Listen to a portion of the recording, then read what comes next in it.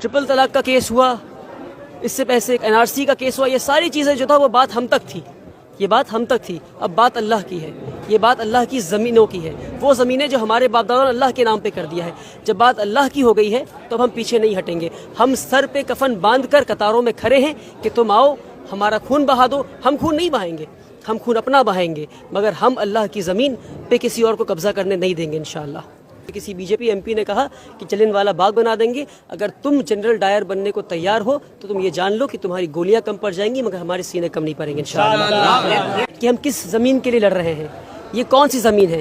क्या ये ज़मीन किसी ने हमें दी थी? नहीं, ये ज़मीन हमारे बाप दादा ने अपने मेहनत की, कमाई की, खून पसीने की कमाए हुए पैसों से अल्लाह के नाम पे किया। अभी ज़मीनें अल्लाह के नाम पर है। ट्रिपल तलाक का केस हुआ, इससे पहले एनआरसी का केस हुआ, ये सारी चीज़ें जो था वो बात हम तक थी, ये बात हम तक थी। अब बात अल्लाह की है, ये बात अल्लाह की ज़मीनों की है, वो ज़मीनें जो हमारे बाप दादा ने अल्लाह के नाम पे कर दिया है। जब बात अल्लाह की हो गई है तो अब हम पीछे नहीं हटेंगे। हम सर पे कफन बांध कर कतारों में खड़े हैं कि तुम आओ हमारा खून बहा दो। हम खून नहीं बहाएंगे, हम खून अपना बहाएंगे, मगर हम अल्लाह की ज़मीन पे किसी और को कब्ज़ा करने नहीं देंगे इंशाअल्लाह। नौजवान नस्ल जो भटक रहे हैं उनके माँ बाप भी भटके हुए हैं।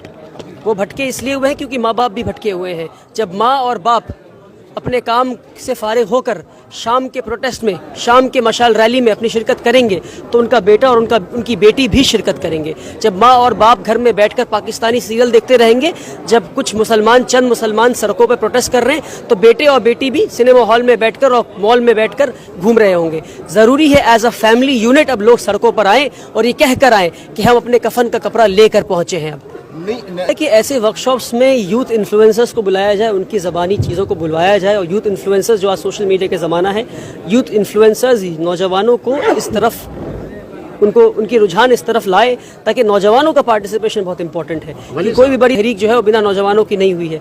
तो वो चीज़ है, अगर चंदा लफ्ज़ का इस्तेमाल न किया जाए, बल्कि मैं कहता हूँ कि ये तो वो चीज़ है कि रसूलुल्लाह सल्लल्लाहु अलैहि वसल्लम ने जंग के मौके पे लोगों से कहा कि आओ अपने रास्ते में, अल्लाह के रास्ते में माल खर्च करो, यानी कहा कि मुझे पैसे दो ताकि मैं रास्ते में, अल्लाह के रास्ते माल खर्च कर सकूं।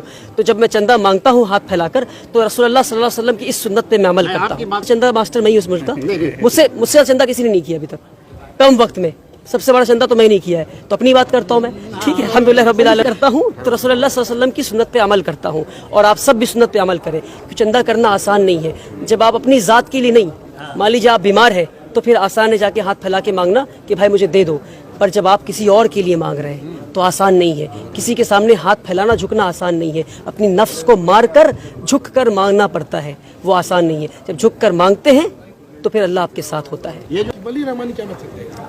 मैं बस यही मैसेज दूंगा कि हर इंसान 3 मीटर कफन का कपड़ा खरीदे, अपने सर पे अमामा बांधे जिस तरह रसूलुल्लाह बांधते थे।